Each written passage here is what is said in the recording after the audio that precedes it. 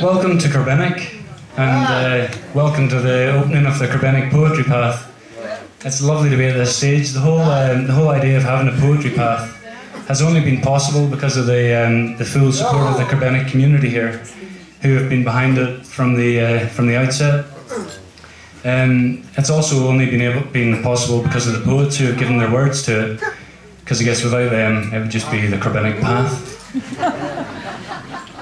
But here we are, the Corbenic Poetry Path, and it's lovely to be able to say that 11 of the 16 poets who are involved are all here today. Despite ferry strikes and various other hindrances, they're here today, and they're going to read 1 or 2 poems each for you. They've also, all of these poets are published and well known in Scotland, and they have books available over at the estate, outside the estate, if you're interested. But yeah, we have, as I say, a good gathering of Scottish poets here today. They're going to do 1 or 2 poems each for you, and then at the end of that, Kenneth Stephen, he's going to do a poem as well, I think, and then declare the path open. He's going to go out that side door and ring the Corbenic bell, and that'll be the path open, and thereafter it'll be open 24/7, just like Tesco. But just in terms of running order, I don't know if you know this, but poets are a wildly violent bunch, absolutely vicious, especially when the poetry pecking order comes into play. So in order to avoid that today, we're going to stick with an alphabetical ordering.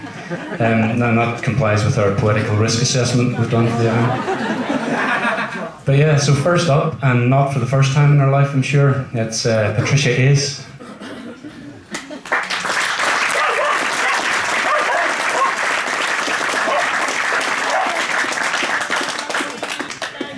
Hello, nice to see you all, and thank you so much to Jon and to the rest of the community, not just for creating the absolutely beautiful poetry path that I've just been wandering along before this reading, but also for hosting this beautiful day and giving us a lovely lunch and asking us to read for you today. So thank you very much to all of you for having us.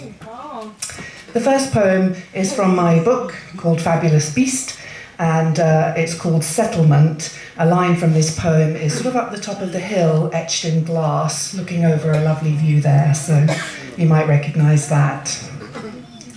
Settlement. The bright grasses nod and quiver. Gulls like a line of stitching sewn in the new ploughed field.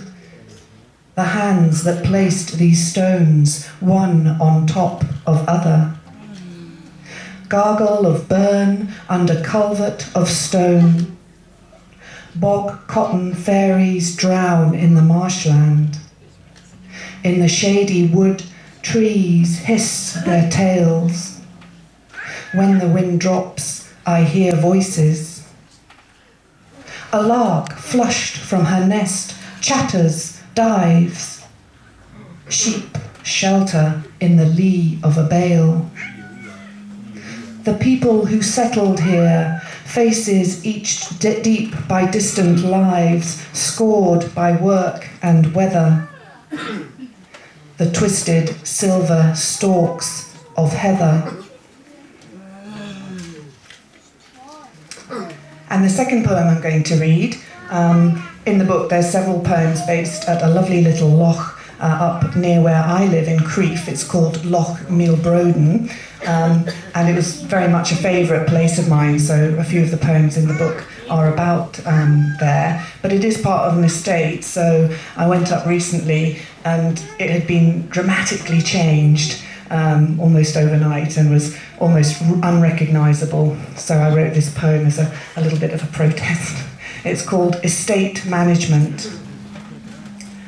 First to go, the old boathouse.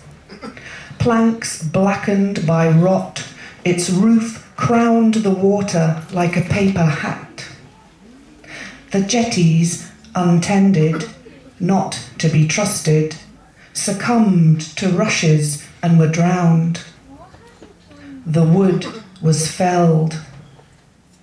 Without its buffer, the wind upended 6 Scots pines, their splayed roots, the lifted skirts of can-can dancers parading on the verges of 6 shallow graves.